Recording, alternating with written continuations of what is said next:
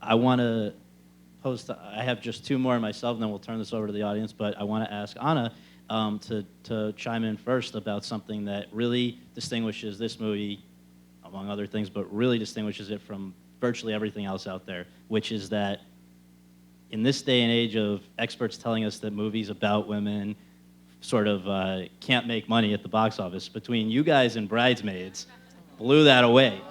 And so I want to just, because we can't, tonight is honoring the entire ensemble of the film, and we couldn't, I don't know if we could have fit everybody up here if they could have been here anyway. I wonder if you can just talk about some of the other just amazing women that were a part of this, from Emma Stone at the younger spectrum of it, all the way to Oscar winner Mary Steenburgen, up to somebody who I believe, I remember, Sissy Spacek, another Oscar winner, and all the way up to somebody who I've read was a very big inspiration for you, Ms. Davis, and I believe for you as well, Ms. Spencer, and that is Cicely Tyson, who we just don't see enough of anymore.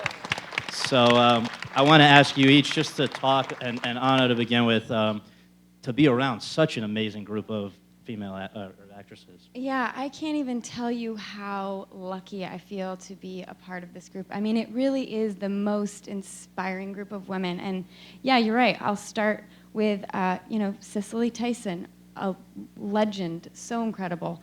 Sissy Spacek, one of my own personal heroes I've always looked up to. Mary Steenburgen, Allison Janney, oh my goodness. And then Bryce Dallas Howard. And then Anna Camp, Ashley Johnson, all these bridge girls, Emma. Everyone just brought so much to the table. It was something special, and to be there while we were doing it, I don't know about you guys, I never thought about, how well is this gonna do? I mean, I didn't have as much pressure on me, but we could feel that it was something special just by virtue of being with such wonderful people first and then artists. So I'm pretty obsessed with this group of women, and I'm really honored to be with them here today. Thank you. I second that, and I have to say I'm gonna probably go through a very long bout of depression after all this is over, because we always look for reasons to hang out. And when we're not together, it feels very lonesome. The love that you see on screen really, really developed off screen. And we are all very much each other's cheerleaders. And I again, feel grateful to be a part of this group. Equal. We can open a restaurant. I think, we have to acknowledge Tate Taylor for this cast, because I'm sure there was a lot of pressure coming his way to put people in the roles that were probably very, very famous and would have guaranteed a lot of attention. But he actually really searched and wanted to put the right people in for the characters. And that takes a lot of courage when you're dealing with a lot of money and studios and all of that. But I mean, Octavia and I we would always joke on set, we're like, we're the little unknowns. And it's all because of Tate Taylor that we're in the film. Well, Cicely Tyson was it, because she was the only one, in a sea full of sitcoms in the day. Sanford and Son, I always say Sanford and Son, that's my mama, baby, I'm back, and Good Times. And I always say, you always wondered what Esther Roll and John Amos was feeling, who are legitimate actors, how they felt trying to make that material work, And then, Cicely Tyson appears in Autobiography of Miss Jane Pittman, and she's dark and with the full lips, and she created a human being, no gimmicks, transformed, and you saw a craftsperson. And I have to just reiterate, it was a joy to work with these actors, and I think that that's what Tate assembled were actors. And whenever you put actors in a group, they leave their egos at the door. And this is a business. Let me tell you, they fly you first class, they put you up in 5-star hotels, they pay you a really good salary. Even a bad salary is a good salary. And so after you've been in the business for so long, it becomes about, I get a double banger and not a first class trailer. And they flew me business and they didn't fly me first class. And then you just think, okay, but we got to work today. So it was great that we were in Greenwood, Mississippi, that we didn't have, we weren't shooting it in LA where we could get in our cars and go back home. We were kind of just forced to be with each other. And the first day that I got there, I remember I went out with Octavia and Emma Stone, and we went out for a 5-hour dinner and probably a 10-course meal where Emma Stone ordered 5 desserts. 5. And 5 desserts, which we promptly ate. And you knew from there that it wasn't a chemistry that you had to work for, that it was just going to be there. It was wonderful. It was, one of those experiences that you have very few times in your career. Everything else is work sometimes. The way that I think we'll wind down is if we can just take a few questions from the audience and then let you guys go on your way. But let's begin here, ma'am. Yes. Yes. And I'll just repeat it so the people in the back can hear. How did you deal with adversity when you encountered it in the course of your career? Yes. Well, first of all, thank God for residuals. I'm going to just say it right out loud.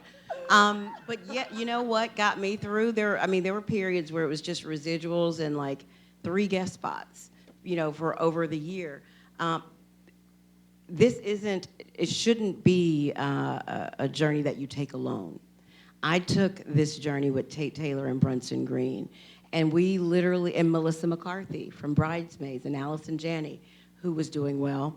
That's the other thing, you gotta have a friend that's doing well. Because you can borrow that same $500 from that friend. And I'm not, but you have to pay it back, see?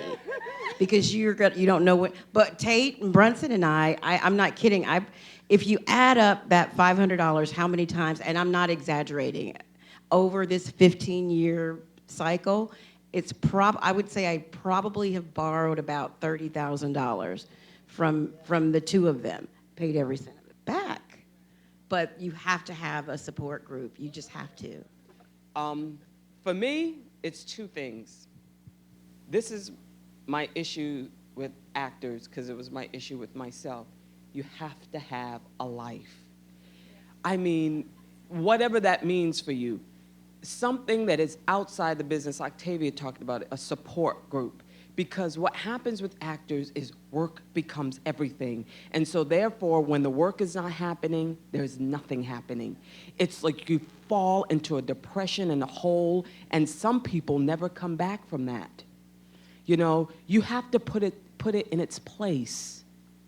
It's big, it's important, but not that important. And also, the thing with actors also, because I have been, when I say down and out, I have been down and out. Like living in Brooklyn, I have no money even for Subway. No food whatsoever. Like I remember just sitting in my room all day. Even my television wasn't working. Okay? And my whole thing is, you have to decide where you want to land. So do you have to get that job from Hollywood? Or would you be happy if you created your own theater troupe and moved to, I don't know, St. Louis? Or move wherever you came from. I don't know if you come from New York or whatever. You did your own thing. You created something. Maybe it wasn't even for profit, but it was just something that artistically fulfills you. Would you be happy there? Or do you have to be a star?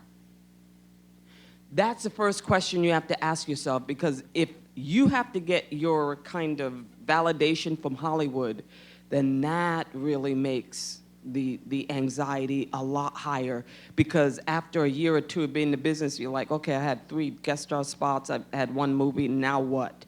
I'm nowhere close to being Halle Berry. You're gonna be so disappointed. How are you gonna fulfill your artistic and your creative fire? You have to really answer that for yourself. And I don't know what the answer will be for you, but for me, I did one-woman show when I was down and out.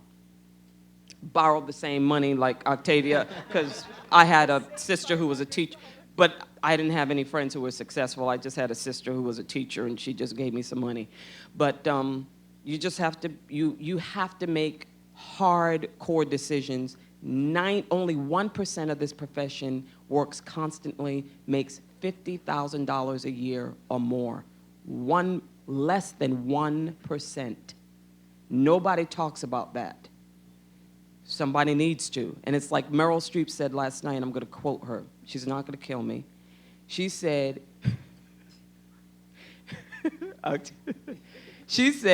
if you weigh 160 pounds or more, you will always work in this profession. Thank you, God. That's what people always forget, you know? It's keep doing what you do and don't try to model yourself after anybody else and hope that it works, you know, to me. I'll take a question from this lady here. Did actual maids come on set? No, you know, you're probably, I talk too much sometimes. You're probably talking about, we shot a scene when Yul May gets, you know, she's taken off the bus and beaten and all of that. That there were extras who played maids. And as we were waiting for the scene to start, they shared their stories of living in Mississippi, and they were horrifying. You know, they're just horrifying stories. And we shared the stories for literally 5 minutes, and then it was time to do the scene.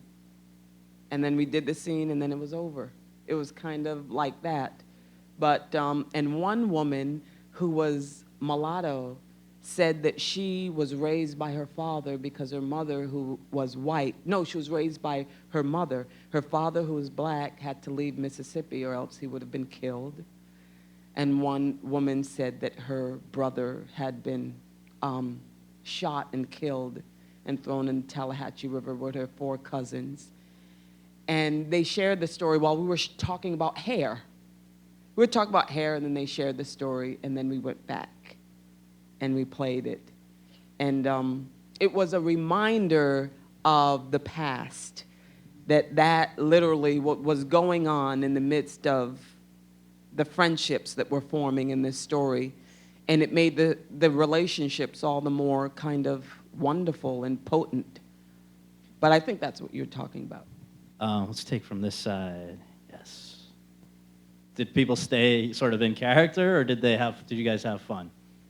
When Octavia and I did the miscarriage scene at the bed, we just actually stayed in it while we did the rehearsal of it, and then we just stayed in it. And, you know, she just stroked my hair the whole time, and I, you know, just lied there. And sometimes we would talk back and forth to her. And I remember one time before a take, I turned to her and I said something. We would talk to each other as though we were in the characters.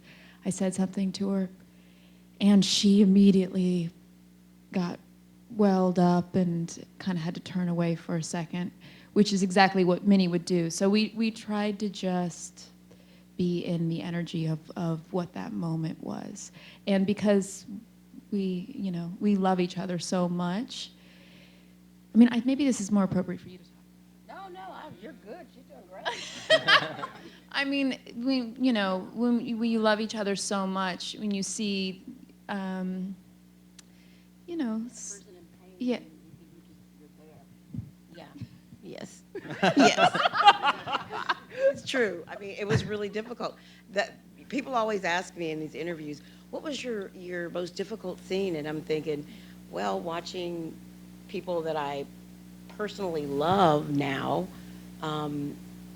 in peril, with Viola's character talking about her son, and she was so upset, and it was so easy to act. It was so easy to act with Jessica, with losing I just had to be there and be present and not drop out of the scene. So you just stayed in it. I did.